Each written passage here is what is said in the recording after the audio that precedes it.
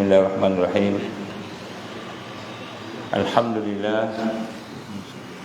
Alhamdulillahirabbil alamin wassalatu wassalamu ala asyrafil anbiya'i wal mursalin wa ala alihi wa sahbihi ajma'in. Subhanaka la ilma lana illa ma 'allamtana innaka antal alimul hakim. Wa la haula wa la quwwata illa billahil aliyyil azim. Rabbi shrah li sadri wa yassir li amri wa hlul 'uqdatam min lisani yafqahu qawli. Rabbi zidni ilman amma ba'd. Assalamualaikum warahmatullahi wabarakatuh. Yang dihormati, yang dikasihi Tuan Imam, Tuan Haji Idrus, Tuan Subhi, Wak Subhi, serta sekalian tuan-tuan, tuan-tuan guru, Ustaz-Ustaz, Ustazah.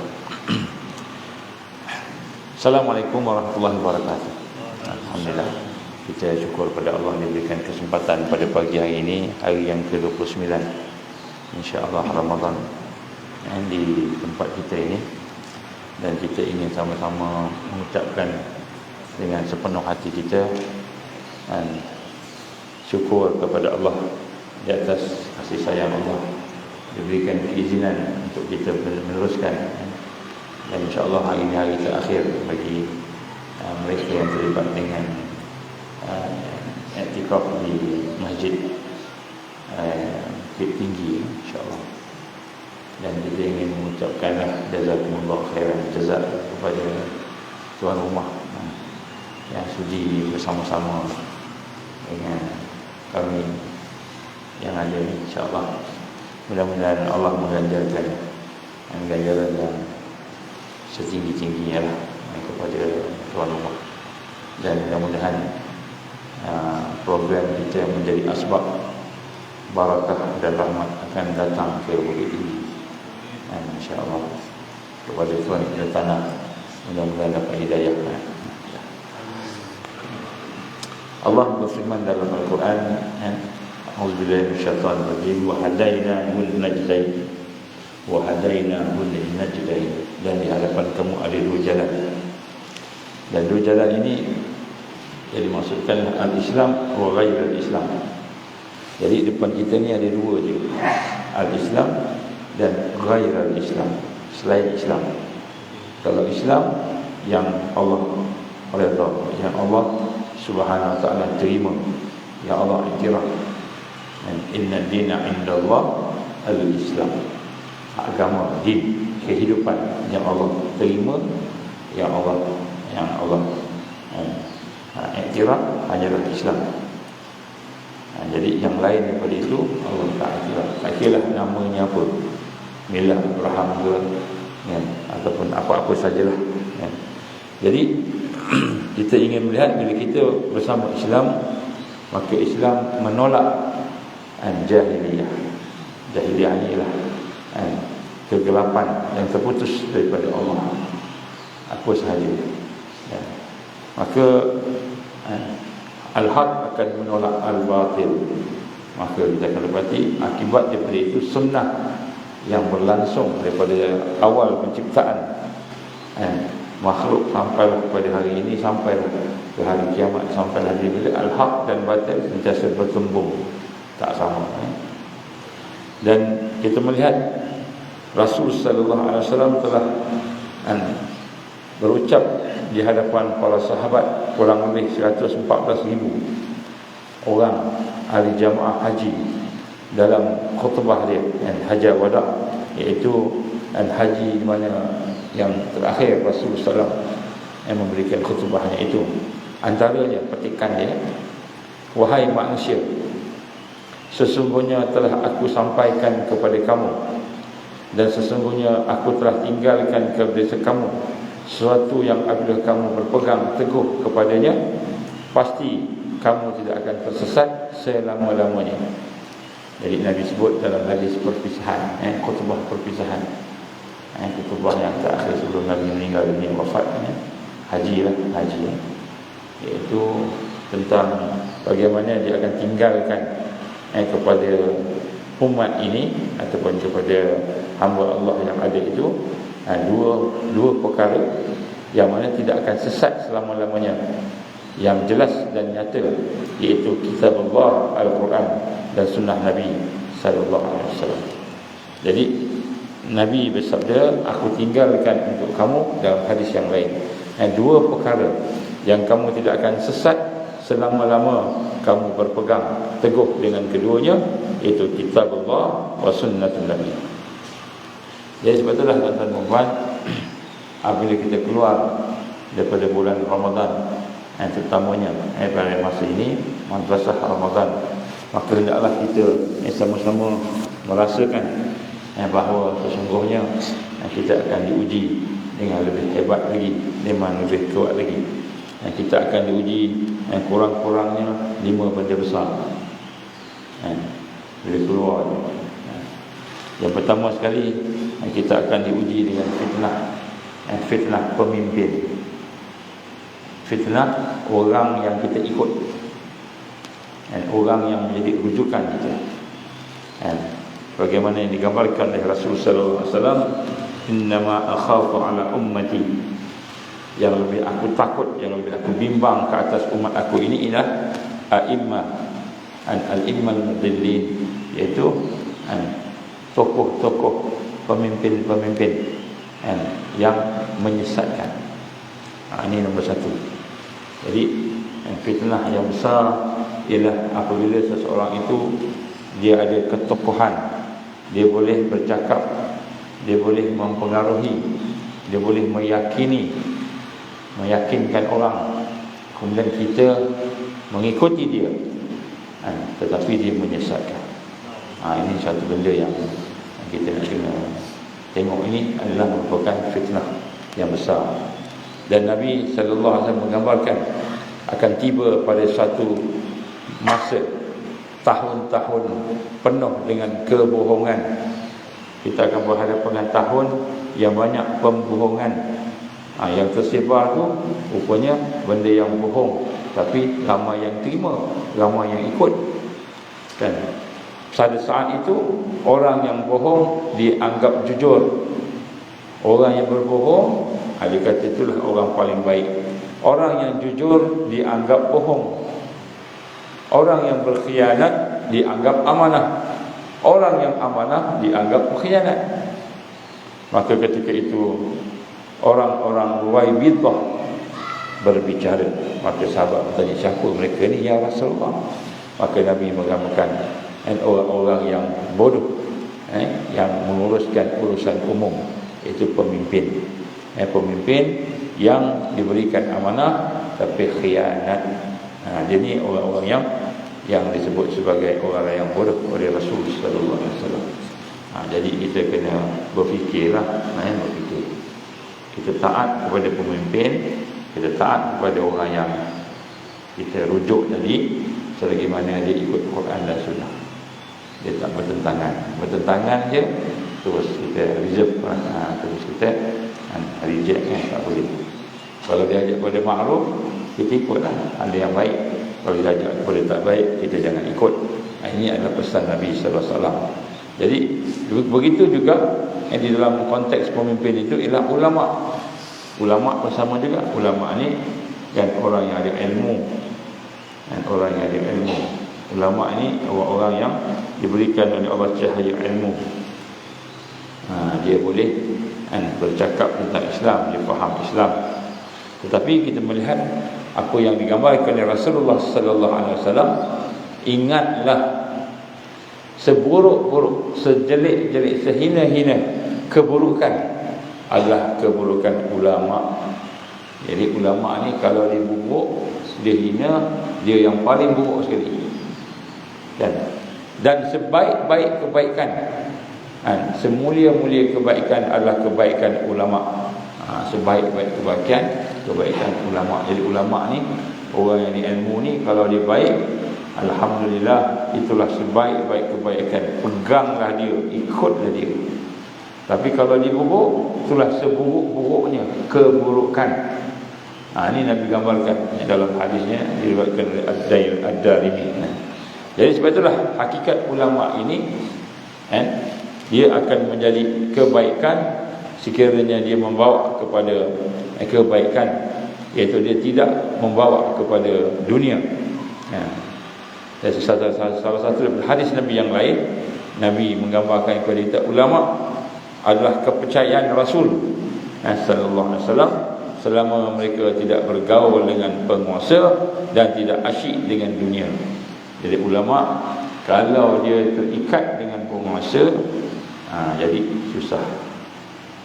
Jadi ulama ni dia kena neutral. Dia kena neutral. Jadi kalau dia terikat dengan penguasa, kalau penguasa tu jahatlah dia. Dan asyik terhadap dunia, dia nak suka dunia je, pentingkan pangkat, maka mereka telah mengkhianati para rasul. Jadi orang ulama yang ikut sahaja pemimpin yang jahat, terutamanya tadi tu yang kita sebut tadi, maka dia telah mengkhianati rasul.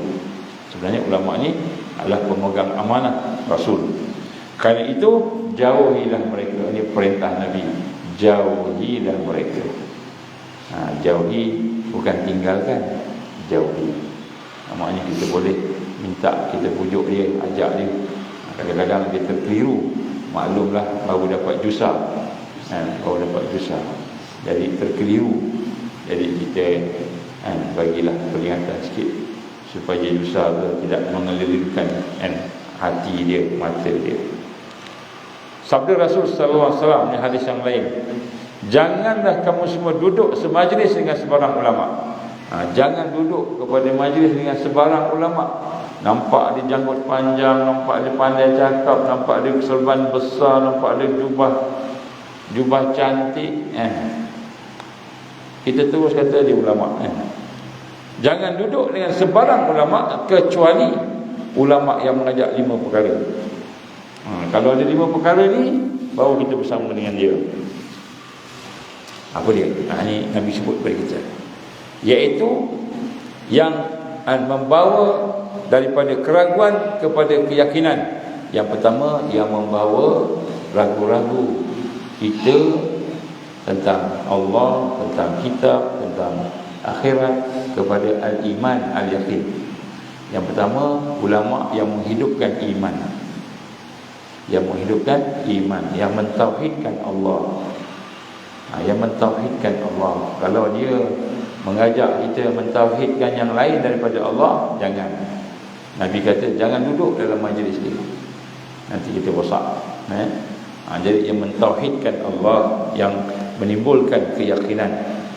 Dari riya kepada keikhlasan, yang mengajak kepada keikhlasan, bukan yang mengajak kepada menunjuk-nunjuk, mengajak kepada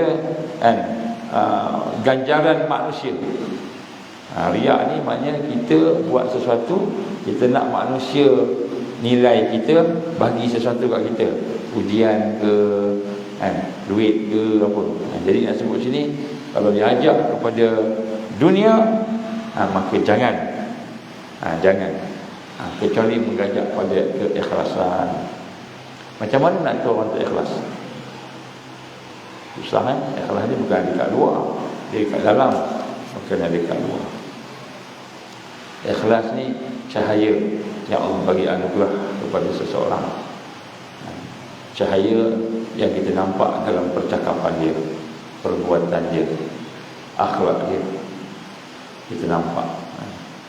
Dia tak boleh orang tu dia kata dia ikhlas, dia kenal Allah, tapi luarnya berlainan. Tak boleh. Kalau berlainan tu dia tidak bersifat ikhlas, dia bersama. Jadi mengajak kepada ikhlas. Dan kemudian yang ketiga, dari ketamakan kepada kesederhanaan. Dia boleh mengajak kita kepada tamak. Tamak ni boleh jadi macam-macam. Tamak ni punca banyak masalah. Tamak ni boleh juga tamak dunia. Benda-benda yang merosakkan kita, tamak dengan nafsu kita dan sebagainya, kepada kesederhanaan. Jangan berlebih-lebihan. Daripada takabur kepada rendah diri, mengajak kepada tawaduk, rendah diri.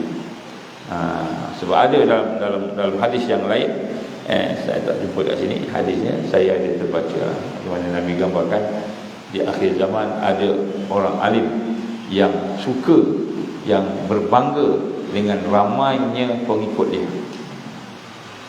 Ramai pengikut tu jadi kebanggaan dia. Ini yang Nabi tegur. Di akhir zaman ada orang alim dia bangga dengan ramai pengikut dia. Kalau ramai pengikutnya, dia kata dialah yang paling benar. Ini satu kesilapan. Jadi ulama dia akan mengajak kepada tawaduk, rendah diri, bukan kepada takabur. Apa tanda takabur ni? Bila dia rendah-rendahkan orang lain, dia je betul. Antara tanda takabur, apa sahaja soalan diberi pada dia, dia terus boleh jawab. Dia tak fikir pun, dia tak tengok, tidak cermat dalam berfatwa, tidak berhati-hati dalam berfatwa. Itu takabur, salah satu tanda. Kalau tengok ulama-ulama dahulu, kadang-kadang dia ambil masa berapa hari, minggu, kadang bulan baru dia keluarkan fatwa. Baik. Kemudian selepas itu kita melihat dia juga mengajak kita daripada permusuhan kepada kejujuran. Itu kita kepada kita bersama-sama. Ini antara sifat-sifat. Jadi ulama ni adalah antara orang yang menjadi kebaikan, sebaik-baik kebaikan. Tapi dia juga boleh menjadi seburuk-buruk keburukan. Jadi kita kena tengoklah diri kita. Ini bukan kita, sebab tu di depan kita ni bukan kata tak ada ulama yang soleh. Ramai ulama yang soleh ni yang kita boleh ikut, yang kita kena ikut. Tapi ada juga lah ulama-ulama yang cinta dunia, ada. So kita kena hati-hati. Ini Nabi sebut. Ini fitnah a'immah, pemimpin. Pemimpin daripada umarak dan ulama. Kita akan berhadapan. Kemudian begitu juga begitu juga fitnah ketakutan dan ancaman. Fitnah ketakutan, ancaman dan kesusahan. Apa dia? Ini kita nampak sekarang ni memang mereka buat macam-macam kesusahan. Sebab tu kadang-kadang terkeluar daripada hati dia. Dia bukan nak cakap, tapi tercakap. Apa dia kata? Kita akan susahkan rakyat. Terkeluar. Terkeluar. Bukan dia nak cakap, tapi Allah nak tunjukkan niatnya.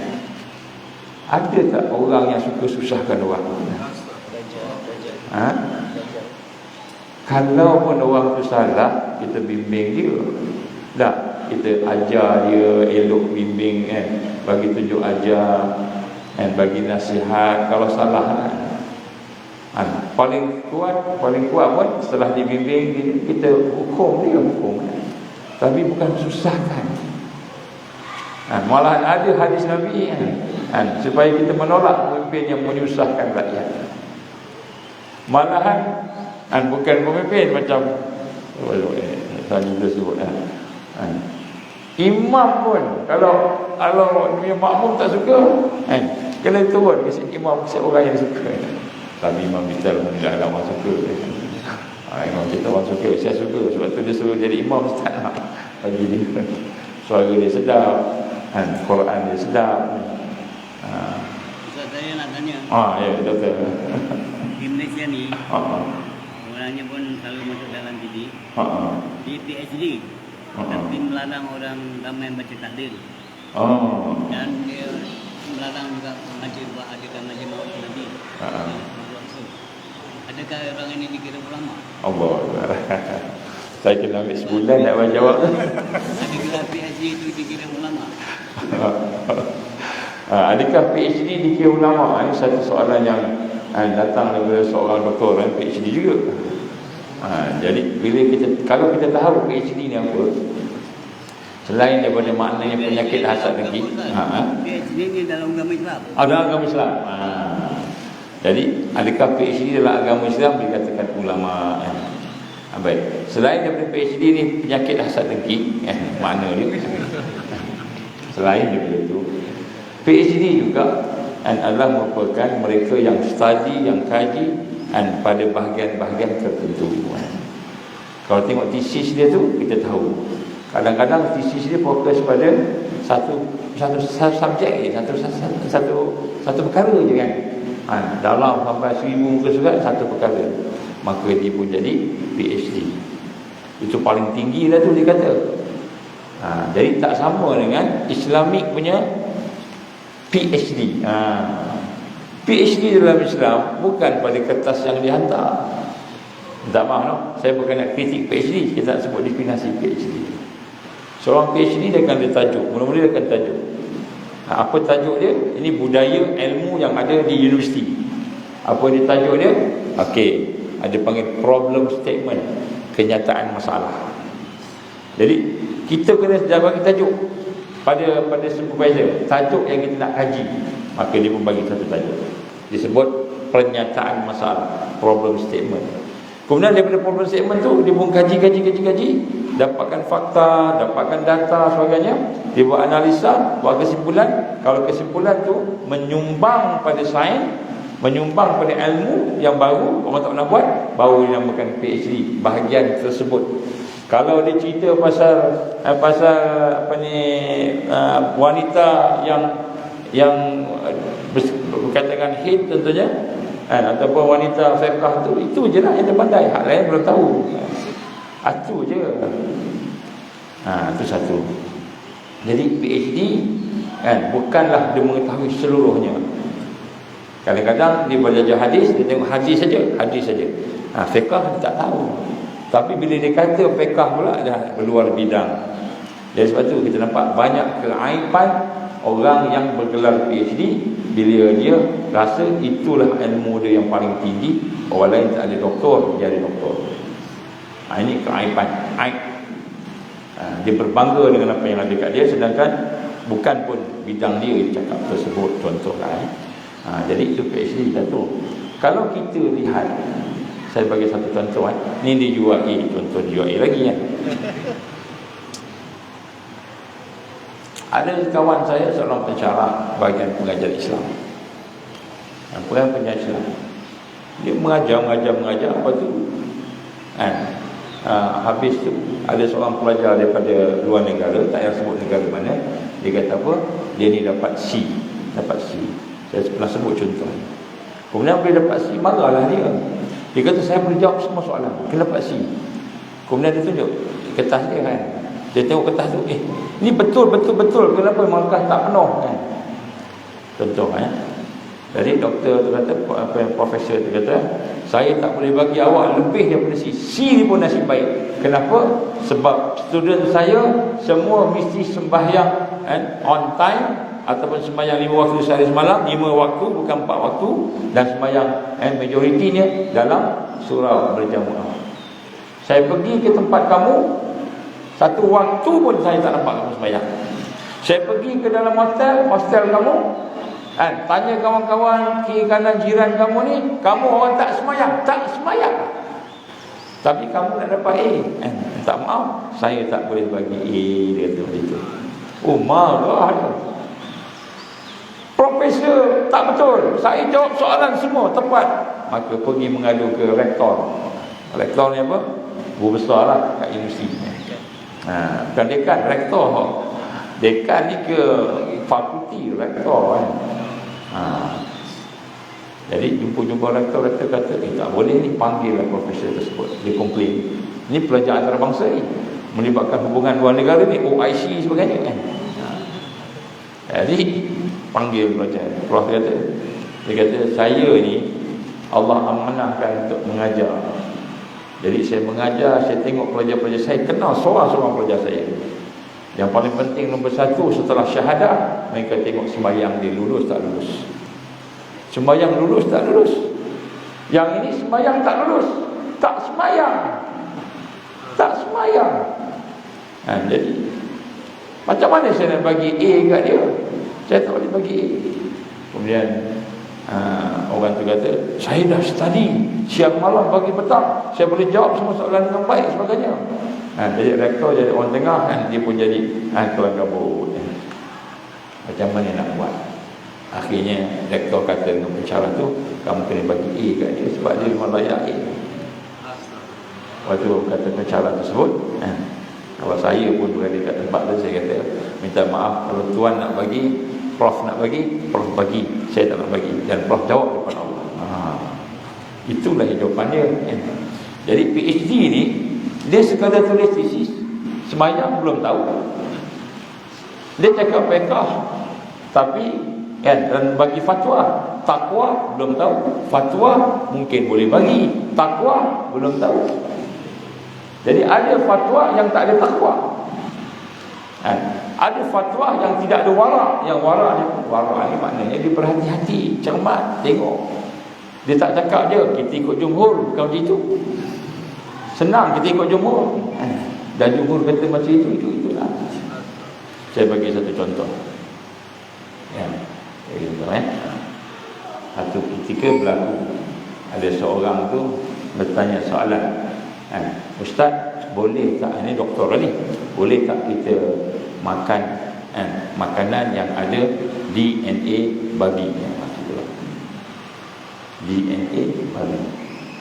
Maka dia berkata, saya PhD bahagian DNA. Dia kata, tesis saya bahagian DNA. Ni tolong jangan cari siapa. Tolong jangan cari siapa. Ni contoh. Sebab dia kata dia PhD bahagian DNA tu, saya bagi contoh tu. Sebab saya pernah sentuh pasal DNA ni. Kita orang sains, sikit-sikit tahu lah kan. Jadi dia saya PhD bahagian DNA. Maka saya tahu, maka kita halal, tak apa. Adalah istilahnya, istihalah lah bagai-bagai. Ada tak ada rupa dia kan. Dia dah tak jadi, dia bukan apa, bukan babi lah dia. Dah jadi lain, dah jadi coklat. Tak ada hidung babi, tak ada gambar babi, tak ada rasa babi pun, tak ada rasa lah dia. Dah jadi coklat, tak rasa. Saya PhD, saya bahagian DNA, agama dan DNA sains digabungkan.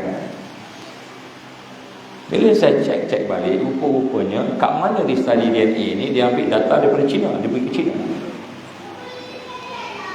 Jangan cari jangan cari. Berhenti kat sini je. Kalau cari pergi ke China, saya dapat tahu rupanya dia masuk makmal pun tak boleh. Masuk makmal dekat luar je tengok. Macam gitu. Wallahualam lah macam tu, saya tahu. Dia keluar masuk makmal tak boleh. Tiba sini dia buat tesis. Oleh kerana ustaz-ustaz tak pernah buat cerita DNA, dia buat, lulus, dapat PhD, doktor sekian. Ini sebut PhD. Tuan-tuan, DNA ni apa DNA ni? Kalau kita cerita sains panjang pula kan. Pendek cerita, DNA ni Allah jadikan unik untuk setiap makhluk. Setiap makhluk unik dia lah. Macam cap jari kita, kalau cap jari saya ni, inilah saya, tak ada orang boleh tiru. Tak ada orang boleh tiru. Sebab tu kita cap jari. Unik ni kebesaran Allah, kehebatan Allah. Bilion manusia tetap tak sama. Daripada zaman Adam sampai zaman kiamat. Ni kebesaran Allah ni, kebijaksanaan Allah. Padahal tengok sama je bulat-bulat kan. Tapi tak sama. DNA lebih halus daripada ni. Maknanya setiap makhluk binatang dia ada DNA dia masing-masing. Kalau DNA-nya itu DNA manusia, maka manusia lah dia tak jadi buruk. Dia tak jadi buruk. Ustaz, ada satu lagi yang tak sama. Wajah manusia. Wajah manusia. Itu satu kan. Yang tadi kan bilion orang. Tapi dalam bilion orang juga wajah manusia tidak ada yang sama. Tidak ada yang sama. Bijaksananya Allah Taala. Ya. Mesti ada sengit sikit ke, ada kecil sikit, besar sikit, tak sama. Betul? Kembar pun cuba tengok tu. Kembar nampak macam sama. Tengok, tak sama. Hidung ni besar sebelah ni, hak dia besar sebelah ni kan. Kecil kan nampak. Okey, tak apalah. Jadi DNA ni, maka bila keluar DNA dekat coklat, katalah coklat, kan, dia kata ni dah ubah dah proses ubah, maka tak apa. Disebut istihalah. Jadi demi kias dia apa? Kias dia seperti kan anggur yang berubah daripada anggur menjadi arak, berubah menjadi cuka, maka tak apa. Ini hukum daripada dulu lah, tanpa diusik-usik diubah-ubah. Jadi dia dah berubah hukum dia. Okey, saya tanya soalan. Anggur jadi cuka, DNA sama tak? Sama. Cuka jadi arak, jadi arak sama, arak jadi cuka semula. Boleh minum, boleh makan, kan? Sama DNA. Sama. DNA apa? Anggur. Babi. Jadi daging kena potong. Dia proses, jadi sejenis cecair yang tak ada nama. Jadi coklat Cadbury. Minta maaf, Cadbury coklat. Dulu punya cerita, sekarang dah halal. Dulu. Jadi babi dia proses daging, kemudian dia proses jadi makanan. Tak kira makanan apa. Iaitu isu itu coklat. Tapi sekarang dah betul lah, dah dibuang lah. Okay. Baik, sebut sini. DNA babi, daging DNA babi juga. Makanan DNA babi juga. Asalnya babi. Ini tak boleh ubah. Bila Allah mengharamkan babi, adakah Allah sebut babi yang bermuka sahaja, babi yang berekor sahaja, babi yang nampak daging sahaja? Tak ada. Babi faqat. Babi sahaja. Apa yang kaitan dengan dia haram. Maka macam mana yang kita katakan DNA tu dah jadi lain? Walaupun sebab yang dicek tu DNA, bukan dicek daging. Daging memang dah tak ada daging dah. Jadi kadang-kadang PhD-nya kan nampak fiqah, tapi sains dia tak nampak. Jadi kita orang sains nak sebut tak betul fatwa ni. Tak betul. Tak boleh kiaskan dengan anggur yang jadi cuka. Tak boleh. Tak sama. Jadi kadang-kadang mungkin kita tak perasan benda ni. Jadi ini fitnah. Jadi PhD dia mahir bahagian dia je. Luar sikit dah tak tahu dah. Sebab tu saya minta maaf dah sebut kat sini. Bila digambarkan kena ambil ubat, dan ubat itu ada khinzir di dalamnya, maka ditanya kepada ulama ataupun majlis yang keluar fatwa, boleh tak kena ambil tak ni? Dia kena ambil ni. Dia kata kena ambil harus. Kenapa kena harus? Kerana ada darurat. Darurat. Jadi istilahnya darurat ni boleh menyebabkan benda yang tak boleh jadi boleh, dibolehkan. Ini kita semua tahu lah, benda simple kan. Belajar dekat sekolah biasa pun kita tahu darurat boleh, tapi sekadarnya lah. Jangan makan tak kenyang, kan. Jadi masalahnya nombor satu darurat. Istilah darurat, siapa yang tentukan darurat? Yang kedua, adakah sumber lain? Ada sumber lain tak yang boleh melepaskan darurat tu? Itu je. Tak ambil itu mati contohnya. Jadi bila sebut ni dia punya penitilan. Dia sebut cermat, warak, takwa, berhati-hati. Kan? Kalau itu tak ambil itu mati terus. Kan? COVID-19. Tak ambil Pfizer, mati terus. Contohnya kan. Itu darurat lah, kena ambil. Contoh ini dari asbab. Walaupun kita kata itu adalah merupakan ketentuan Allah, tapi sebut asbab. Sebab Allah suruh kita mengkaji asbab, mencari asbab pertolongan Allah. Baik, jadi inilah antara perkara yang kadang-kadang kita kena tengok semula. Jadi tak boleh kata jumhur saja. Saya bukan ulama yang besar, bukan. Saya cuma bagi pandangan kredil daripada orang yang tahu sikit sains. Bila sebut sains, tengok referen dia siapa. Kemudian sebab tu keluar itu orang Islam, orang yang adil, orang yang bertakwa, baru jadi rujukan. Kalau dia orang yang bukan Islam, bukan bertakwa, kita kena cari orang Islam. Takkan tak ada orang Islam terror bagian perubatan, ramai. Baik. Kemudian fitnah, ketakutan, ancaman dan kesusahan ni kita akan hadapi. Mungkin kita akan ditakut-takutkan. Kita akan melihat apa yang berlaku di China sekarang. Dia apa dipanggil? Lockdown. Kalau tak buat mungkin berebak contohnya. Betul ke? Kita nak tanya, betul ke? Ataupun keluar macam viral dulu, mula-mula dulu masa COVID-19 mula-mula Wuhan kan. Kejap jatuh, kejap mati kan. Tengok betul ke? Kena buat siasatan, jangan tengok viral je. Viral ni tak semestinya tepat. Baik. Jadi ditakut-takutkan kita. Ditakutkan kita dengan macam-macam. Sekarang ni dia akan takutkan dengan mungkin dengan penyakit. Lepas tu mungkin dengan kita kata bencana alam. Bencana alam. Sebab tu kita kena tolong-menolong. Hidupkan suasana budaya tolong-menolong. Bila orang ada bencana, kita tolong sama-sama. Barakah yang akan Allah beri pada kita.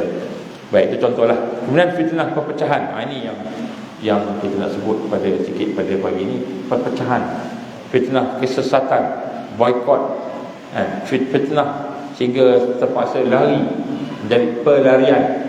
Ini berlaku dah berlaku. Tidak akan berlaku fitnah perpecahan. Ya, sebab itulah kita nak kena hidupkan rasa kasih sayang, tolong menolong antara sama kita. Kena bina tolong menolong. Saya menyerulah kepada mereka yang mempunyai amanah sebagai kepimpinan, dan saya menyeru jugalah kepada para ulama yang ada ilmu supaya marilah sama-sama kita mengutamakan perpaduan, persatuan. Mungkin ada beza pandangan, tak apalah, beza pandangan tu kita toleransi. Selagi dia tidak keluar daripada Quran dan Sunnah, kita ikutlah, tak apa beza pandangan selagi tak keluar.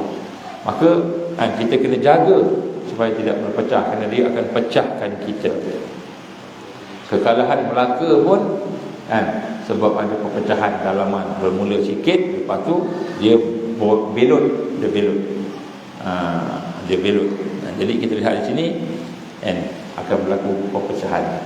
So tuan-tuan dan puan, sebab tu kita kena ada pemimpin yang soleh, yang bertakwa.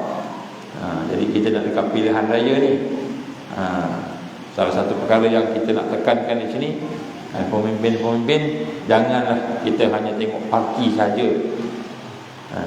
Saya bukan orang parti, saya bukan orang parti politik, tapi nak sebut sini, jangan tengok parti, tengoklah siapa yang soleh, yang baik. Kalau di sembahyang, itu kriteria nombor 1 selepas syahadah. Lepas tu kalau dia jadi pemimpin, dia mesti boleh bangun malam. Bukan bangun malam tengok bola, bangun malam solat. Tanya dia, YB solat masa bila? Masa bila paling best solat? Dia kata masa hari raya. Oh, hari raya. Kenapa hari raya? Masa tu ramai orang, boleh cakap sikit, berucap. Kalau solat seorang-seorang malam-malam, saya tak suka, dia kata. Dia tak cakap tak suka, tapi saya tak biasa. Cari pemimpin yang boleh bangun malam. Siapa dia yang boleh bangun malam? Sebab pemimpin akan berhadapan masalah. Banyak masalah ni, kan? Jadi masalah tu kat mana solusi dia? Solusi pada Allah. Bangun malam baru kita boleh dapat solution. Kita ingat solution dengan otak kita yang sengit sebelah tu, ataupun dengan ilmu kita, dengan networking kita boleh solution. Tak. Solusi kita hanya pada Allah. Kena bangun malam. Kalau seorang nak jadi pemimpin, wajib bangun malam. Kalau kita orang beriman, sebab kita akan jumpa masalah. Kalau kita orang biasa, sunat bangun malam, tak apa, kurang sikit masalah dia. Paling kuat masalah tak kahwin lagi. Sebut masalah tak kahwin ni, insya-Allah kita akan buat satu program, kita cuba rancang, insya-Allah kemungkinan masa hari raya pertama tu, bukan hari pertama, seminggu selepas hari raya tu, kita ada program di Jalan Kebun tu. InsyaAllah mungkin hari Ahad tu kita tambah sikit seminar Baitul Muslim, sebab banyak permintaan sampai termimpi-mimpi. Jadi kita akan buat seminar Baitul Muslim. Fasa 1 Baitul Muslim, fasa 2 Baitul Dakwah. Baitul Muslim, semua yang belum kahwin kita galakkan datang sama-sama berkumpul, yang laki, yang perempuan. Cerita pasal macam mana kekeluargaan nak bina keluarga, apa sifat dia, apa syarat dia. Kalau gaduh nak buat macam mana, nak pakai taekwondo ke pakai silat ke, kita cerita semua. Kalau pakai taekwondo seorang, silat seorang, siapa dia punya hakam dia, siapa orang tengah dia, orang tengah pengadil itu siapa. Tak apa, nak gaduh pakai kungfu pun tak apa, tapi kena ada hakam, ada pengadil tu. Jadi kita akan cerita. Akan ada masalah tak dalam rumah tangga? Mesti ada. Tak ada yang tak ada. Yang tak ada dalam syurga je. Tak ada masalah. Masa tu Allah cabut cemburunya, cabut dengkinya, cabut hasadnya dalam syurga. Dekat dunia ada, kena kontrol lah, itu ujian. Ya, jadi insyaAllah kita akan Baitul Muslim. Bagi mereka yang tidak berkahwin lagi, kita galakkan datang semua. Kalau yang nak kahwin lagi, boleh datang tak? Kalau nak datang bersama isteri. Geram aku dia tengah dia. Datang sama isteri, jangan datang seorang-seorang. Datang sama isteri, kita cerita betul-betul. Kalau nak kahwin lagi, ada syarat-syarat dia. Bukan main kahwin dia. Macam kucing. Mau, tak mau dikejar. Tengok-tengok dapat anak dia.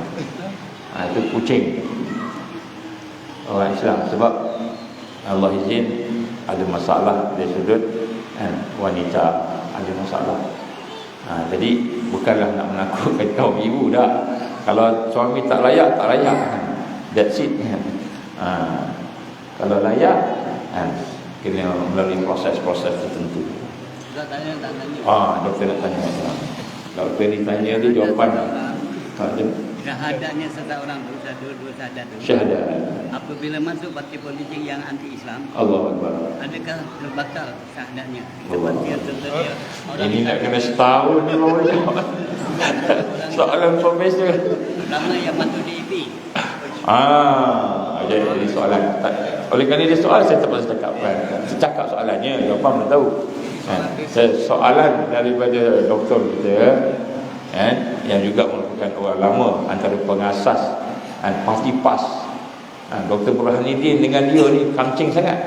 Tapi masa tu dia 10 tahun, kecil lagi. Tapi antara orang asas yang berjuang. Soalan dia, adakah terbatal syahadah bagi mereka yang menganggotai parti politik yang bertentangan dengan Islam, malahan menentang Islam?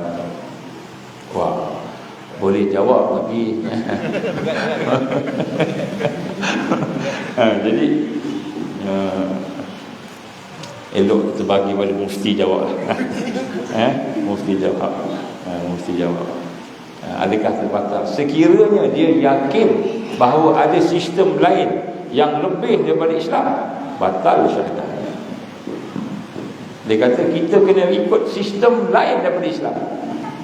Sistem lain Islam ni, sistem tu bertentangan dengan Islam pula, maka batal syahadahnya sebab dia tolak Islam. Saya setuju Ustaz. Setuju tuan? Alhamdulillah. Sama dengan betul saya. Tapi dah sebut kat sini, ini bukan fatwa ni. Saya tak cakap pasal parti politik ni, saya cakap pasal siapa yang tolak Islam. Kita tolak Islam secara jelas kan? Gitu. Alangkan kita buang alif lam mim, buang alif dia, tak mau alif. Saya tak sukalah alif, saya nak lam mim je. Anak tu je pun tak boleh. Satu huruf. Apa lagi? Kita ambil sistem lain. Ini akidah yang asas. Tapi itulah, mungkin dia masuk situ dia menyamar agaknya kan. Mungkin baik sangka kan. Pasal apa Ustaz? Ada seorang profesor bekas dari UIA, dia masuk DAP jadi ketua DAP di Negeri Perak. Allah. Ini lagi susah nak jawab sebab sebut nama universiti sekali. Wah, ini pertama kali kuliah ada soal jawab dia. Selalu saya duduk sorang-sorang, saya siap perogok lagi suruh jawab. Tak ada suruh soal ke jawab ke apa. Subhanallah, kita ada orang yang berilmu. Jadi sebenarnya dia nak bagi pengajaran pada kita. Dia bukan nak bertanya, dia dah tahu jawapannya tu. Cuma nak bagi pengajaran. Apa pengajarannya? Yang pertama, jangan tertipu dengan sistem. Sistem ni nampak hebat, cantik, nampak bagus, tapi rupa-rupanya syirik. Rupa-rupanya tidak mentauhidkan Allah. Ada benda yang nampak hebat, tapi rupa-rupanya dia berlawanan dengan Allah. Ini kita kena ambil pengajaran. Kita ditipu kan tadi, Nabi sebut tahun-tahun penuh dengan kebohongan. Bohong Nampak bagus, rupanya dasarnya menolak Allah. Etis. Boleh tak? Tak boleh. Ni jelas kan. Fama ba'dal haq. Fama ba'dal haq ila dhalal. Famadza ba'dal haq ila dhalal. Famadza ba'dal haq ila dhalal. Maka selain daripada yang benar itu adalah sesat. Jadi kita kena tengoklah. Selain daripada yang benar itu sesat. Jadi kalau kita terlibat dengan itu, kalau kita menyokong sesuatu yang bertentangan Islam, hati-hati, mungkin boleh terkeluar syahadah. Dalam Al-Quran, apa yang menyokong benda yang batal akan ditarik oleh neraka Jahanam. Ya. Balatarkan. Sebab kadang-kadang politik ni dia lebih daripada akidah. Itu memang. Politik lebih daripada akidah. Maksudnya politik asasnya akidah. Itu Islam, akidah tadi asas. Kalau ada yang lain yang berlainan tu, kita tak boleh terima. Tak boleh terima. Ini sebut pasal benda yang sistem yang selain daripada yang ada zaman Nabi dulu. Zaman Nabi dulu. Nanti besok ni dalam Islam sendiri. Hari ni kita tengok orang Islam pun confused. Islam ni boleh ke? Contohnya itu lah. Nak cuci kuil. Isu nak cuci kuil. Nak cuci kuil kan. Banjir, kuil tu kena dipotong. Jadi orang Islam dari UAE juga datang kan cuci kuil. Patung Siva, patung Krishna buat itu kan. Lepas tu timbul soalan, boleh ke nak cuci kuil? Boleh. Timbul dia punya musykil. Bolehkah kita tolong membina kuil? Bolehkah kita tolong membersihkan kuil? Jadi satu benda yang jadi satu persoalan sebelum ni. Boleh tak? Sebelum ni tak terfikir. Kita ingat semua tolong boleh. Kita tolong ni baik. Menolong orang ni baik. Itu betul. Tapi menolong orang apa kan? Kita menolong orang mencuri, baik tak? Orang tu keluar bank kan, tengah lari naik basikal. Ni, nanti polis kejar, naik kereta aku. Kita bagi kereta kat dia. Tolonglah, baik tak? Jadi tak baiklah. Tolong orang mencuri. Tolong orang membunuh. Orang tu nak bunuh orang tu bawa pisau. Aku ada pistol. Bagi pistol pula. Tak boleh. Tolong ni baik. Asas tolong baik. Menolong tu baik. Tapi kalau menolong yang buat tak baik, menolong yang lawan syarak, tak boleh. Kita tolong orang yang nak sembah kan, patung. Tolong orang yang nak mensyirikkan Allah, boleh tak? Itu lagi besar daripada tolong orang mencuri ni. Jadi maknanya kita nak kena rasa bahawa bukan semua benda baik itu baik. Benda baik, dia baik bila diikat dengan Quran dan sunnah, baru baik. Kalau kita kata baik aja, tak ada Quran, tak ada sunnah kat situ, maka sebenarnya kita ditipu oleh syaitan, ditipu oleh iblis, kuncu-kuncunya, bala tenteranya. Baik rupanya bukan baik. Loteri kebajikan masyarakat. Loteri kebajikan masyarakat. Kebajikan baik tak? Kalau kita, siapa kata kebajikan tak baik, memang tak baik lah. Tapi sebenarnya kebajikan ni tak ada orang boleh kata tak baik. Tapi loteri, judi kan, judi. Jadi judi kebajikan. Boleh tak judi jadi kebajikan? Tak boleh. Kan? Bunga, untung, riba. Contohnya kan, riba dia jadi bunga, dia jadi profit, untung. Boleh tak? Untung, bagus tak untung? Bagus. Kan? Saya ada duit RM1,000, saya pergi pinjam pada Fahmi, kan? RM1,000. Fahmi kena bagi RM1,100. RM100 tu apa? Profit. Kalau saya jual beli, saya dapat untung. Sekarang saya jual kali pegang duit saya dapat untung RM100 dia nak. Itu nampak profit, bagus semua. Tapi itu riba, interest riba. Interest riba. Jadi riba tu baik tak? Allah isytiharkan perang pada riba. Tak boleh. Jadi tidak semua benda baik. Benda itu hanya baik bila diikat dengan Quran, dengan hadis Nabi Sunnah, baru dia baik. Ini al-haq. Jadi sebab tu kalau kita nak bukan kata baik ni tolong orang semua baik kan. Sebab hari ni dia ada ustaz Subhi pula tanya, wah ini banyak soalan lah. Seronok ini. Tak ngantuk kan. Malam tadi dah silakan ustaz. Ada ungkapan bahasa lah. Ungkapan. Perkara yang baik belum tentu betul. Perkara yang baik belum tentu betul. Barang tentu baik. Perkara yang baik belum tentu betul. Perkara yang betul pastilah baik. Pastilah baik. So kita kena define betul apa kan? Perkara yang baik belum tahu betul. Perkara yang betul pasti baik. Boleh tapi betul pada siapa kan?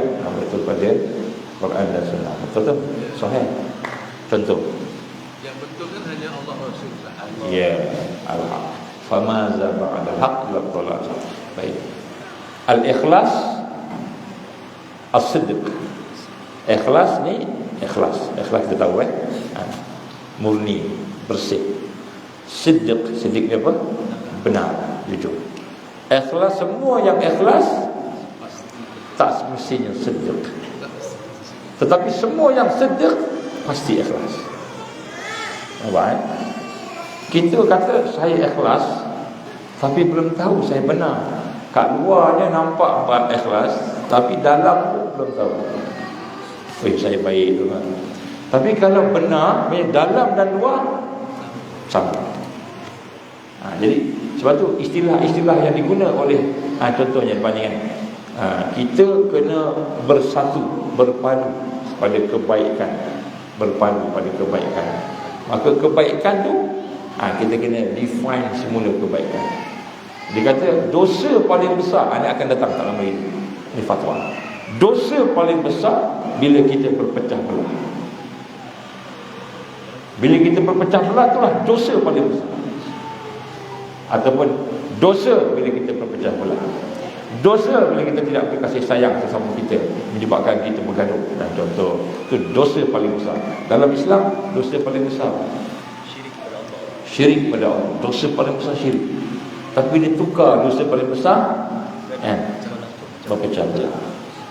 Jadi oleh kerana dosa paling besar pecah belah, maka kita kena gabungkan agama-agama. Kenapa? Kalau kita tak gabungkan agama-agama, maka dia akan jadi berpecah belah. Akan jadi, dia kata apa? Dia akan jadi bergaduh, tidak aman. Jadi kan betul juga. Tapi bila kita kembali nak ikat diri kita dengan Quran, baru kita nampak tak betul ni. Ini halus. Itu pembohongan yang halus. Dari lepas ni dia akan jadi macam tu. Tapi insya-Allah bila benda ni tersebar, kita dah sebar-sebar ni, jadi orang lain semua dah tahu, semua akan. Jadi perancangan ni tak jadi orang yang bertanya tak jadi. Sebab dekat UAE tak tahu, orang Arab tak tahu ni. Orang Arab tak tahu. Nampak satu video seorang Islam pakai jubah, pakai serban Arab lah, pakai dress. Duduk di depan batu, bawa sini. Sembahyang macam orang Yahudi. Okey, orang Yahudi. Lepas tu orang Yahudi sebelah dia orang Yahudi lah, pakai kopiah kecil tu. Betul kan? Pakai rambut kenting-kenting tu kan. Macam tu. Memang dia sembahyang dia. Tengok sebelah ni orang Islam sembahyang. Kenapa? Kita kena jaga perpaduan, sembahyang sama-sama. Ini bahaya. Dia akan berlaku. Tapi alhamdulillah negara kita lebih cerdik daripada negara Arab. Lebih cerdik. InsyaAllah. Jadi nak sebut kat sini susah masuk sini. Sebab tu dia akan attack dari berbagai sudut. Jadi kita terpaksa dedahkan ni. Saya tanya kepada kebanyakan ustaz-ustaz kita, orang alim kita tentang milah Abraham, ramai tak tahu. Bila kita cerita baru dia tahu. Bila cerita baru dia kata tak boleh. Bila tak cerita, kita nak kebaikan, nak perpaduan, keamanan, bolehlah. Tapi di belakangnya tak boleh. Jadi ini antara ujian yang akan kita baca, fitnah perpecahan. Kemudian yang keempat, fitnah paksaan. Dia akan paksa. Tak nak dia paksa. Dia akan menguasai total melalui peperangan dan pembunuhan. Jadi sampai peringkat besok umat Islam akan dikejar, ditangkap, dizalimi, dianiaya, mungkin dibunuh. Dia tuan-tuan mohon Allah, sekarang tak ada lagi lah kat Malaysia. Alhamdulillah, negara kita ni aman. Alhamdulillah. Tapi kalau masuk unsur-unsur luar, mungkin dia akan jadi macam itu. Maka ketika itu macam mana buat? Macam mana buat? Maka kita kena pegang, kita kata prinsip kita, pegangan kita, akidah kita tadi tu, walaupun terpaksa duduk dalam hutan, makan akar-akar kayu, makan herba-herba sampai mati. Itu Nabi sebut. Kan? Yang pertama, kita kena tidak boleh bersama yang sesat. Jadi kalau dipaksa kita, Ashabul Kahfi lari. Itu pun dia bukan lari dulu. Kan? Dalam sejarahnya itu, hari dia ditangkap ataupun dipanggil, berdebat siang tu, raja bagi masa, malam kamu fikir besok mesti bersama ke tak kami bunuh. Malam tu dibincang-bincang, kita kena lari, selamatkan agama kita, nyawa kita. Takut dia letak parang kat sini, tiba-tiba kita kufur, jadi kita mungkin tak sanggup, kita lari. Malam tu last minute baru lari, bukan awal-awal lari. Hari ni ramai dah pergi masuk hutan dulu. Buat masjid pun kat hutan. Bukan masjid ni, masjid tempat lain. Ini memang sengaja hutan supaya ada resort yang sejuk kan. Sini memang alhamdulillah tak. Masuk hutan dulu lagi. Duduk di Pahang ni. Tadi di tempat Musangking, apa nama Musangking? Yang Musangking itu Arab. Kemeluk. Ada kawan-kawan, kenal kawan. Dah duduk 15 tahun dalam hutan. 15 tahun dalam hutan. Tiba-tiba timbul isu Musangking dengan dia kena keluar. Dia dah buat dah. Bukan tak bayar. Betul kan. Tapi orang kena isu dah naik tanah di apa? Tanah di apa nama dia istilah itu kan. Dengan dia satu kena keluar. Padahal dia dah buat cucuk tanam. Dia bayar betul apa semua. Duduk dalam hutan. Ada cerita lain pula, tak faham juga tempat lain pula. Tak faham ni besar, negara yang besar kan, negara yang besar. Satu tempat tu pula nak tunggu Imam Mahdi turun. Daripada tahun 2000, awal 2000 turun, masuk semua. Masuk hutan, pakat-pakat semua. Dah 2010 tak keluar-keluar ni. Bila nak keluar? Dah berhenti kerja semua. Last daripada puluh-puluh orang, tinggal seorang ni tukang jaga. Hal lain semua patah balik Kuala Lumpur, balik Selangor. Imam Mahdi lambat lagi keluar. Dia pun ada juga kes macam itu. Dalam dia semua orang dia. Yang sebut kat sini, Nabi bukan suruh masuk hutan lari. Nabi suruh hidup bersama sunnah. Apa dia? Hidup bersama dakwah, tarbiyah dan jihad. Ini sunnah. Dan kemudian bila emergency, mungkin Dajjal datang Malaysia agaknya dengan tentera dia, masa tu kita carilah tempat yang boleh menyelamatkan nyawa dan akidah kita. Seandainya ada keperluan, kita pergi. Tapi boleh tak persiapkan diri? Siaplah. Tak apa, siap. Sebab tu kita tinjau-tinjau kawasan yang banyak buruk kan. Selamat sikit, orang tak kacau kan. Kawasan yang tu yang alhamdulillah, maknanya Allah Ta'ala jadikan Malaysia ni negara yang bagus, negara yang baik. Tapi kalau ada emergency kan, mungkin paksa, mungkin apa, mungkin masa tu macam Ashabul Kahfi pergi, dia tak ada masalah. Bukan kita lari dulu ni di yaumul khalas, hari ketika Dajjal keluar, orang Islam pecah tiga. Yang pertama yang melarikan diri, lari, maka yang ini binasa. Yang kedua ikut arus, binasa kata Nabi. Yang ketiga yang bersama dengan sunnah berjuang. Yang ini kalau mati sampai ajal, syahid akbar fi sabilillah. Kalau hidup dia akan nampak kemenangan. Ini janji Nabi. Ini hadis daripada Rasulullah. Jadi maknanya sunnah dia kita kena bersama-sama, ukhuwah, tolong menolong. Kalau ada bencana kita tolong, buat persiapan, buat dakwah, sampaikan Islam. Bukan mengasingkan diri. Mengasingkan diri luar daripada tabi'i. Luar daripada tabi'i. Kalau tabi'i ini LGBT aja, luar tabi'i masuk hutan tanpa sebab pun luar tabi'i juga. Wallahu a'lam. Jadi yang akhir sekali kemuncak fitnah, mereka akan cantas semua umat Islam. Yang tak bersama cantas, itu kemuncak. Maka ketika itulah kebangkitan umat Islam akan bangkit.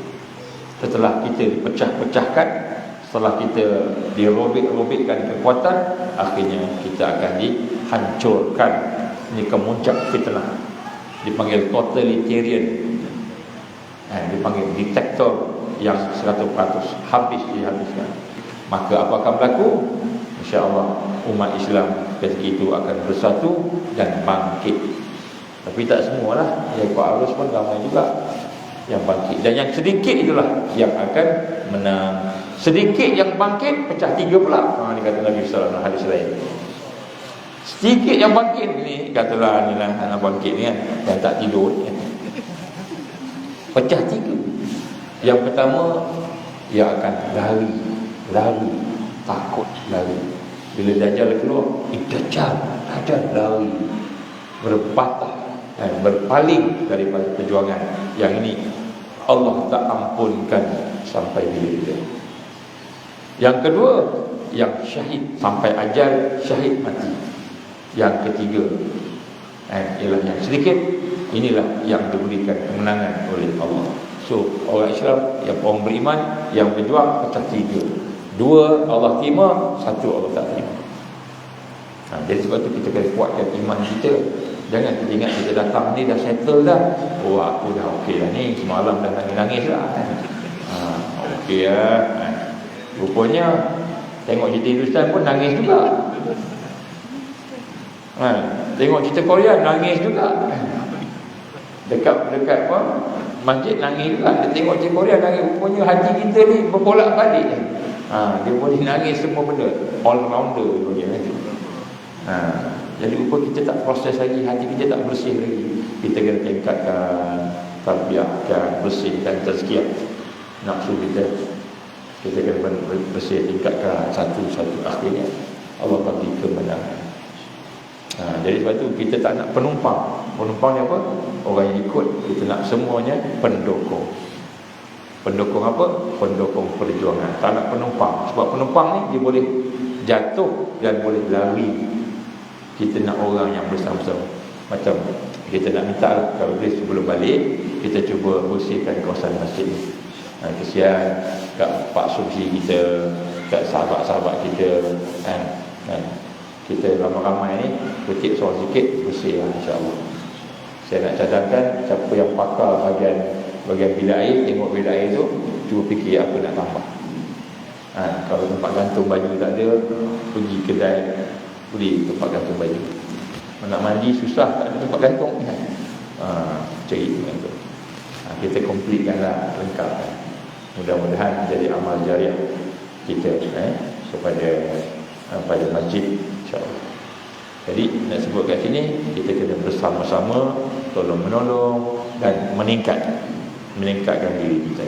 Bila kita tertingkat, insyaAllah datanglah ujian fitnah, kita selamat. Sebab Allah tahu kita sungguh-sungguh. Allah tahu sungguh-sungguh.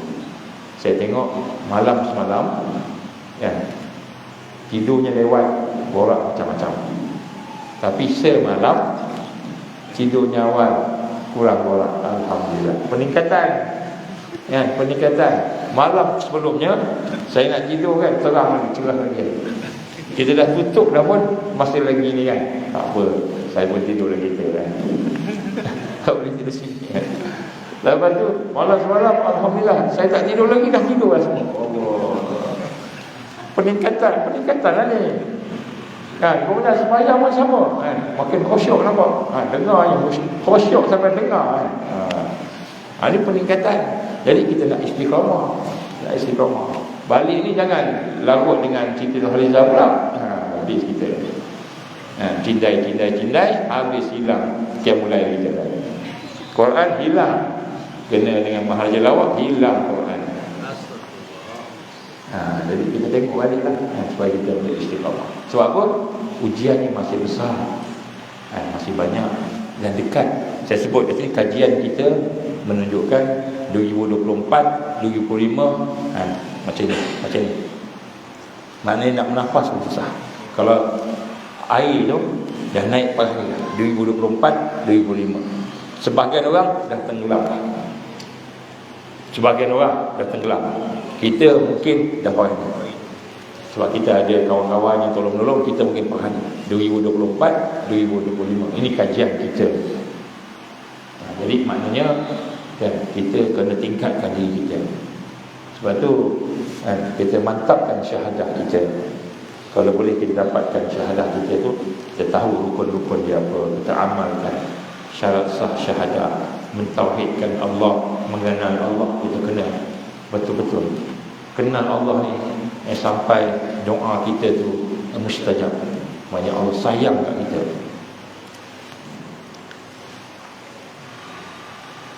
Last boleh, last point boleh.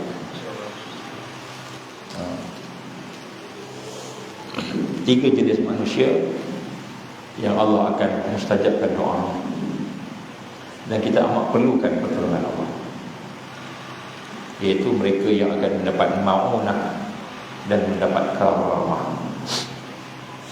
Para ulama muhakkikin menggambarkan orang yang akan ditolong oleh Allah bukan orang biasa-biasa. Ketika fitnah memuncak, Allah akan bagi pertolongan kepada golongan-golongan yang beriman, yang kenal Allah. Dialah yang akan bangkit. Sebab siapa yang tak kenal Allah, dia akan nampak Dajjal sebagai Tuhan, dia akan nampak Dajjal sebagai Rasul, sebagai Nabi. Maka sebab itu kita kena mula kenal Allah, belajar kenal Allah. Maka kita mula kenal Allah, kena latih diri kita. Yang pertama, kita kena ada ilmu. Apa dia? Kita kena kenal perbuatan Allah. Kita kena kenal sifat-sifat Allah. Sifat 20 tu kita kena tahu. Nama-nama Allah, 99 nama tu paling kurang lah kita kena tahu satu-satu. Bila kita kenal sifat Allah, nama Allah, maka kita boleh mentauhidkan nama dan sifat Allah. Lepas tu kita kenal zat Allah. Nak kenal zat Allah bukan macam kita kenal dengan manusia, sebab zat Allah ni tak sama macam makhluk. Laisa kamitslihi syai'un. Tapi itu kemuncak mengenal zat Allah, maknanya kita melihat apa pun zat, apa pun makhluk yang ada, semua itu dijadikan oleh Allah, bergantung pada Allah. Baik, bila kita mengenal tiga ni, perbuatan Allah, sifat nama Allah dan zat Allah tadi, dengan ilmu, dengan proses yang betul, syahadah yang betul, mentauhidkan Allah, maka kita akan sampai satu peringkat kita mula mendapat iman. Dan iman itu akan bergetar dalam diri kita, membentuk amal ibadah, ubudiyah. Maka peringkat pertama disebut ma'unah. Bila iman telah mula masuk dalam hati kita, kita tengok sesuatu, kita kesan ini perbuatan Allah, ini sifat Allah, contoh. Jadi kita dah mula kesan, dah mula kenal Allah tadi, maka iman yang bergetar itu dia akan menggegarkan fizikal kita, fikiran kita, hidup kita untuk berubudiyah. Mula kita beribadah. Maka inilah orang yang beriman tadi, inilah orang yang akan diberikan oleh Allah pertolongan, disebut ma'unah. Mana dia berdoa, ada Allah. Maka diibaratkan seperti sebatang besi yang telah dibakar dengan api, dah mula bergetar, mula panas. Yang ini nak dapatkan yang ini, kita kena latihan. Kita kena banyak ibadah, kena banyak zikir la ilaha illallah, banyak baca Quran, kena minta Allah banyak. Sebab kita masih baru nak panaskan diri kita dengan iman, nak gegar. Hati kita belum getar lagi, nak gegar. Jadi bila dah bergetar tu, maknanya dah ada cahaya. Dah ada cahaya. Tapi masih lagi besi tu masih lagi belum panas betul. Kan? Adalah kesan-kesannya tu. Tapi cukup dengan yang pertama ni pun, peringkat pertama dah mula kenal tadi, kan? Digambarkan oleh para ulama kita yang mengkaji, yang melalui, mereka kata itu cahayanya tu, kalau dibuka oleh Allah, cahaya orang yang beriman turun naik yang beriman tadi, yang mula kenal tadi, cahayanya lebih terang daripada cahaya matahari. Lebih terang daripada cahaya matahari. Kalau Allah buka, itu ma'unah, Allah akan bagi pertolongan. Doanya mustajab. Kemudian terus kita proses, lebih kenal lagi Allah, lebih kenal lagi, lebih dekat lagi Allah, menghayatinya, maka sampai peringkat besi itu dah jadi merah bercahaya. Merah bercahaya. Yang ini letak apa sahaja pada dia, maka akan jadi panas. Letak nasi, boleh mendidih nasi, air, boleh masak nasi. Letak apa pun jadi panas. Maka ini dia dah mula boleh memberi kesan pada orang lain. Memberi kesan pada orang lain. Cakapnya, akhlaknya, bukan ibadah lagi, tetapi memberi kesan, dia mula berjuang. Maka inilah orang yang akan Allah beri karamah, kemuliaan.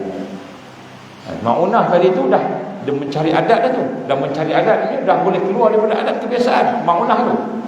Tetapi karamah ni lebih mulia daripada Ma'unah tadi. Maka dia hidup dalam perjuangan. Ini yang akan menang di akhir zaman ini.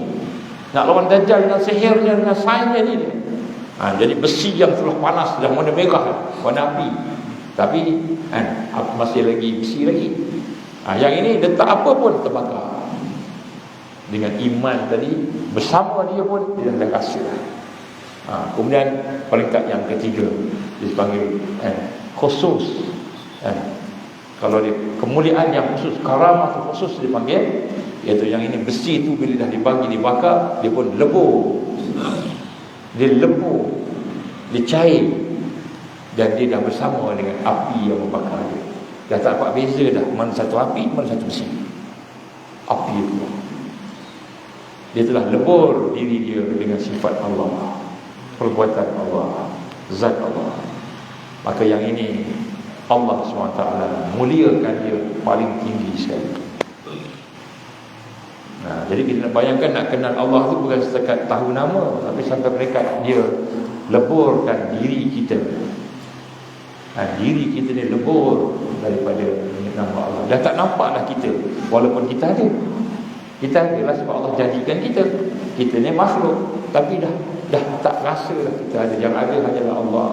Maka masa tu kita hanya solid, kita ubudiyah kepada Allah. Sampai peringkat lebur tadi, kita bersama tauhid tadi, itulah peringkat yang digambarkan sebagai karamah khas yang akan Allah bagi kepada mereka yang berjuang, yang memimpin umat di akhir zaman. Akhirnya mengalahkan Dajjal yang hanya duduk kat kulit saja. Dajjal ni hebat dia kat luar, dia tak ada kat dalam. Dajjal ni macam panas yang ditempel-tempel. Nampak besi, dia tempel dengan besi panas kat sikit-sikit kat luar. Luar je panas, dalamnya sejuk, kosong. Jadi orang beriman dalamnya tu yang diisi, yang panas, yang getar tadi, membuat keluar. Jadi sebab tu orang beriman tak takut dengan makhluk, walaupun nampak hebat. Jadi insya-Allah tuan-tuan dan puan, mari sama-sama kita mendekatkan diri kita dengan Allah, insya-Allah. Tapi untuk melaksanakan itu wajib kita bersama-sama, tak boleh seorang-seorang, kena berjamaah, kena ada sahabat. Allah beriman kepada kita kan, berpesan-pesan, at-tawasi, berpesan-pesan, tolong menolong, at-ta'awun, tolong menolong, takmil wal istiqmah. Maka kita kena menjaga hubungan sama-sama kita. Menjaga hubungan tu adalah merupakan perkara yang akan membawa barakah. InsyaAllah dia datang 2024 ke 2025 ke, InsyaAllah dia datang, lagi cepat dia datang, lagi cepat dia kalah. Jadi jangan takut dengan kedatangan Dajjal, jangan takut dengan kedatangan tentera Dajjal. Dia memang datang sebab Allah dah sebut, Nabi dah sebut. Tapi lagi cepat dia datang, lagi cepat dia kalah. Lagi cepat kita menang. Jangan takut. Cuma yang kita bimbang, kalau kita tak kenal Allah, kita letak tingkat iman kita, itu kita bimbang. Kita tak tingkat ibadah kita, itu kita bimbang. Kita bimbang kita tak dekat dengan Allah. Bukan kita bimbang dajjal, bukan bimbang banjir, bukan bimbang tsunami, bukan bimbang perpecahan yang dia orang akan buat, bukan bimbang penyakit yang dia akan turunkan. Dia akan buat macam seperti inilah, sebenarnya orang akan buat macam-macam. Kita tak bimbang apa bentuk kesusahan, ancaman. Tapi orang beriman bimbang, dia tak kenal Allah. Dia tak ada sahabat akhirat. Sahabat akhirat tak ada. Sahabat nak tolong menolong untuk dapat akhirat tak ada. Itu dia bimbang. Dia ada sahabat dunia je, buat projek besar-besar, tapi akhirat tak ada. InsyaAllah. Itulah insyaAllah sikit sebanyak. Pada pagi ni tak mau lebih masa. Jadi tapi alhamdulillah lah, mudah-mudahan lebih masa ni memberikan kekuatan kepada kita. InsyaAllah jadi majlis kita akan tamat selepas ini. Lepas kita siap-siap kita boleh balik lah insyaAllah. Dan siapa yang nak sambung iktikaf boleh sambung. Ahlan wa sahlan. Nak raya dengan Pak Suhi pun boleh dekat sini. Boleh masak lemang ataupun masak ketupat. Tapi kita punya majlis agak ni lah. Sebab ada yang nak berjalan ke Kelantan, ke Pulau Pinang, ada daripada Kedah, daripada Johor, macam-macam tempat ni. Kawan-kawan kita yang lain dah selamat sampai dah. Jadi insyaAllah kita akan menyusul. Jadi tahniah lah. Mudah-mudahan Allah terima semua amalan kita, InsyaAllah. InsyaAllah lepas raya kita akan ada perjumpaan lagi. Minggu pertama kita akan ada perjumpaan. Dan kemudian insyaAllah kalau ada kesempatan kita akan buat seminar Baitul Muslim. Seminar Baitul Muslim. Kita cerita sikit lah mengenai kekeluargaan dalam Islam, supaya kita persiap lah, terutamanya kekeluargaan akhir zaman. Terutamanya akhir zaman ni tak sama 60-an dulu dengan 70-an dulu, tak sama dengan abad 21, tak sama. Jadi tak sama, banyak tak samanya. Jadi kita kena bincang realiti Baitul Muslim akhir zaman. Sepatutnya macam mana rumah tangga. InsyaAllah kita bincang pelan-pelan. InsyaAllah. Ustaz, saya nak anjurkan perkumpulan apa ni, macam ni tuna dan dara lah. Masing-masing nak pilih mana duduk. Itulah Baitul Muslim tu. Saya tengok di Eropah, dia ada satu bulanan yang tertentu untuk memilih mana suka. Dia pilih yang ini. Okey. Jadi salah satu yang doktor sebut ni, insya-Allah kita akan buat. Orang susah nak kahwin. Betul, dia bukan susah tau, tapi segan, malu. Kita bukan jenis orang tengok kat pasar malam. Tengok kan, macam ada pelajar UAE ni, ada pelajar UAE lagi kan. Dia nak cari jodoh, dia tunggu kat kafe. Kat kafe orang lalu, student lalu, dia duduk kat satu tempat, 4-5 orang duduk satu meja, menghadap tempat masuk keluar pintu duduk situ. Lalulah perempuan A, yang ini sesuai untuk kau ni. Dia masing-masing situ kan. Lepas tu yang perempuan pun sama. Perempuan pun tempat lain pula, kafe juga. Jadi kafe ni tempat cari jodoh. Jadi yang perempuan pula tak, yang tu itu handsome tu, tapi ustaz gaji rendah lah. Gaji rendah ustaz tak nak. Okey, cek dia. Tu engineering. Engineering ni besok gaji tinggi. Pilih gaji tinggi. Ni kisah benar. Jadi kita tak buat macam tu, sebab orang-orang yang baik-baik ni dia tak ada melihat berjalan bertunduk aja. Langgar tiang, sanggup langgar tiang kita tengok. InsyaAllah kita akan buat Baitul Muslim. Kita nak cubalah padankan sahabat dan sahabiah kita yang tak berumah tangga lagi. Jadi kita padankan, tapi kita kena ada asas. Maknanya kita ceritalah kahwin ni apa tanggungjawabnya, apa peranannya, kalau ada masalah nak buat macam mana kan.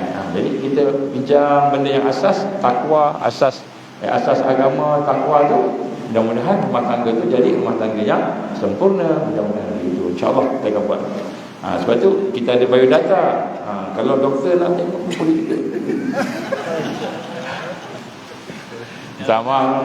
Saya tengok di Eropah tu, hari itu kenal, hari itu sama-sama setuju, dan hari itu juga nikahnya. Itu advance. Itu advance sebab kita ada mak bapak. Masalahnya kalau datang mak ayah tak apa. Tapi mak bapak memang ikut juga. Boleh Baitul Muslim bawa mak ayah sekali. Terutamanya perempuan lah. Sebab yang perempuan wali kan. Bawa mak ayah. Lepas tu Baitul Muslim tapi dia ada khusus pula, khusus perkahwinan. Ya, khusus perkahwinan dikendiankan pun boleh. Ini doktor bagi cadangan kendiankan. Okey, setuju.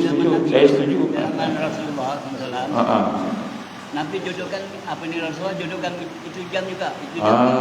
Jadi macam tu kalau dapat sunat Rasulullah. So tak boleh pilih lah. Kalau zaman Nabi pilih. Cerita kan.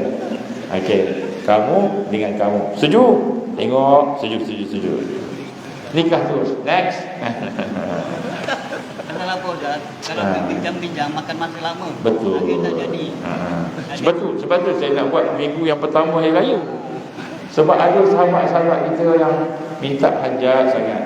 Bagi ibu-ibu dan ayah-ayah yang ada anak-anak yang masih belum berpunya, dia sudah suami ataupun tunang, maka beritahulah dengan kita, insya-Allah kita ada orang-orang soleh ni, laki-laki ni. Ada ramai, tak ramai sangat, tapi adalah. Lepas tu kita nak cuba jodohkan. Dalam Islam Ustaz, maksudnya perkahwinan ialah kerjasama. Betul royong, hidup bersama. Jadi tidak sempurna orang kalau hidup kan. Rasulullah SAW bersabda, tidak sempurna hidup seorang kalau tidak berumah tangga. Betul. Dan tidak dapat diterima jadi umat Nabi Muhammad kalau tidak berumah tangga. Dan sempurna orang hidup kalau tidak kahwin. Memang oleh Allah Taala yang setiap apa. Dari pahala 24 jam. Kita boleh buat lepas daripada tu kan, kahwin serentak ramai-ramai. Nikah. Nikah dulu. Nikah. Buat di sini pun tak penuh tu Haji terus kan. Kita buat di sini habis tu pergi golf club, pergi resort terus kan. Boleh kan. Kita jumpa dengan Tan Sri Vincent Tan, suruh dia sponsor kan. Ustaz Sufi yang buatnya berminat ni. Ada soalan tak? Soalan saya soalan saja. Kenyataan. Sure. Kalau nak kahwin, kan, datanglah sini. Kan, ada peranti sud.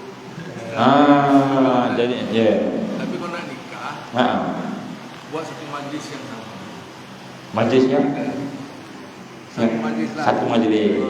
Sebab majlis yang sama, majlis pernikahan. Majlis perkahwinan rahsia masing-masing. Kahwin rahsia, nikah boleh umum macam tu. Okey, insya-Allah. Jadi Ustaz Subhi cadangkan buat dekat sini supaya bila habis tu dia ada meranti suit, dia ada macam-macam suit kat sini. Suit kat sini tu. Tak apalah, cuti. Kahwin kat sana, nikah kat sini. Insya-Allah. Lagi sibuklah Tuan Haji terus kita ni. Ni bukan masak je, kena buat kemah dulu. InsyaAllah, tak apalah. Kita mula dengan Baitul Muslim dulu. InsyaAllah kita akan cuba buat. Sebab dah banyak sangat permintaan sebenarnya. Bukan saja untuk orang-orang yang muda-muda ni kan. Ada orang yang mungkin suami isteri yang meninggal, ada yang suami yang meninggal, dan sebagainya. Jadi kita manfaatkan, InsyaAllah. So itulah insyaAllah sedikit pengumuman yang nampaknya menceriakan hampir semua orang lah. Sebelah sana saya tak pasti ceria tak ceria, tapi sebelah sini ceria. Terutama yang depan paling ceria dia. Duduk pun depan betul-betul. Ini 3 bujang. Ini pun belum 3 orang bujang. 3. InsyaAllah. Baik insyaAllah. Kita baca doa Rabitah. Baca doa Rabitah. Kita bayangkan anak-anak kita, ayah kita, ibu kita, bayangkan keluarga kita. Kemudian kita bayangkan juga orang soleh-soleh, guru-guru kita. Kita bayangkan juga mereka yang terdahulu daripada kita, orang yang dahulu daripada kita. Bayangkan saja kita masukkan dalam pemikiran kita. Sampailah kepada Rasulullah SAW dengan perasaan kasih sayang kita. Sama-sama baca doa, mudah-mudahan barakah Rasul Sallam dan barakah semua orang yang soleh-soleh itu bersama-sama dengan kita, insya-Allah. A'udzubillahi minasyaitonir rajim. Bismillahirrahmanirrahim. Alhamdulillahirabbil alamin.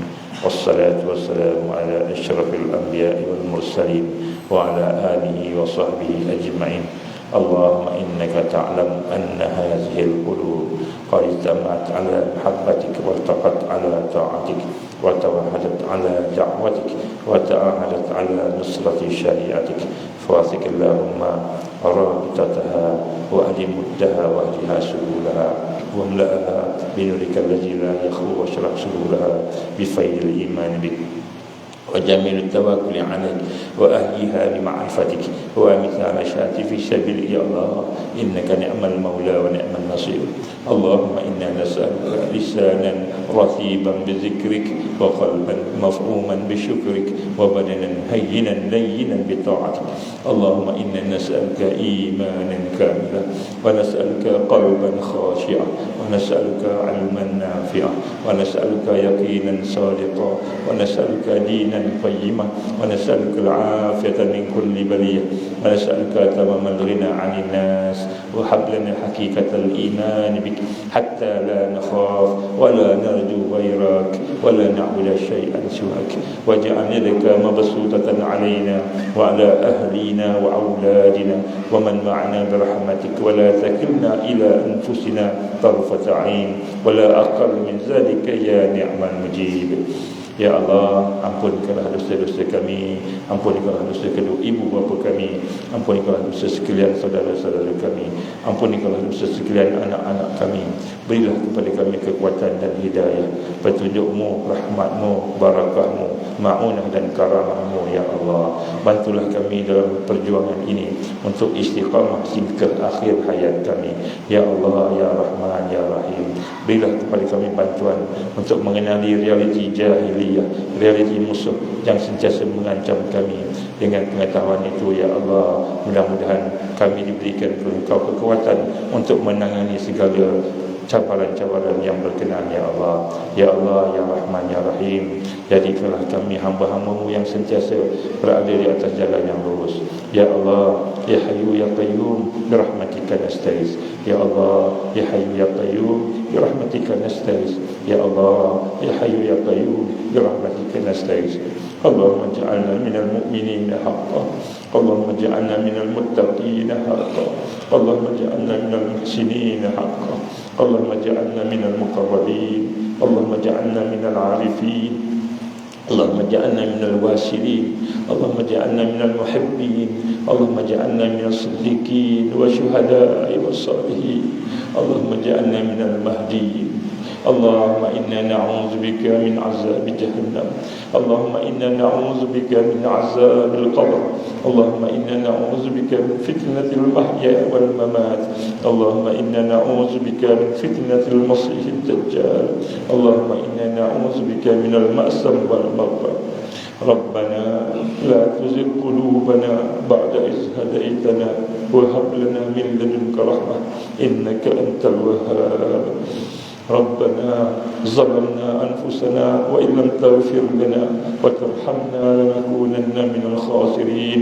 ربنا أتمم لنا نورنا واغفر لنا إنك على كل شيء قدير. ربنا هب لنا من أزواجنا وذرياتنا قرة أعين واجعلنا للمتقين إماما. ربنا آتنا في الدنيا حسنة وفي الآخرة حسنة وقنا عذاب النار.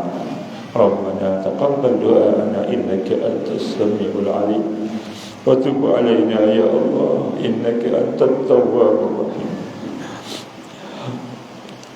وصلى الله على سيدنا محمد وعلى آله وصحبه وبارك وسلم. سبحان ربك رب العزة عما يصفون والسلام على المرسلين والحمد لله رب العالمين. سبحانك اللهم وبحمدك أشهد أن لا إله إلا أنت أستغفرك وأتوب إليك. بسم الله الرحمن الرحيم. والعصر إن الإنسان لفي خسر إلا الذين آمنوا وعملوا الصالحات وتواصوا بالحق وتواصوا بالصبر. Sekali lagi kita ucapkan terima kasih, jazakumullah khairan katsiran kepada tuan rumah, tuan imam, Ustaz Haji Idrus, Tuan Haji dan juga Tuan Haji Subhi dan juga tuan-tuan yang lain yang sudi sama-sama insya-Allah. Wabillahi taufiq wal hidayah. Assalamualaikum warahmatullahi wabarakatuh.